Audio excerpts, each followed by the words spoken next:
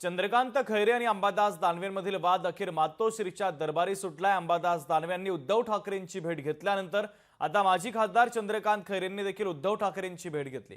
ठाकरेंसोबतच्या भेटीमध्ये अखेर दानवे आणि खैरेंच्या वादावर पडदा पडलाय। तर आमच्यात कोणताही वाद नव्हताच, आता सगळं ओके, यापुढे दोघंही एकत्र कार्यक्रम करू, अशी प्रतिक्रिया चंद्रकांत खैरे यांनी माध्यमांशी बोलताना दिली आहे। केव्हाच वाद कुठं होता?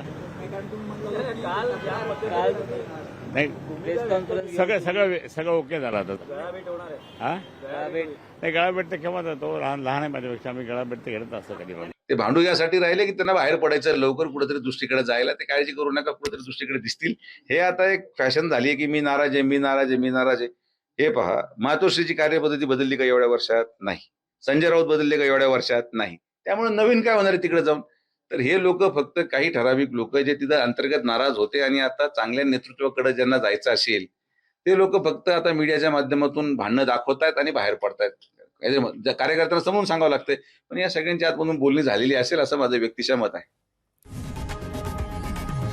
लोकशाही मराठी ऐका, पहा, जागरूक रहा।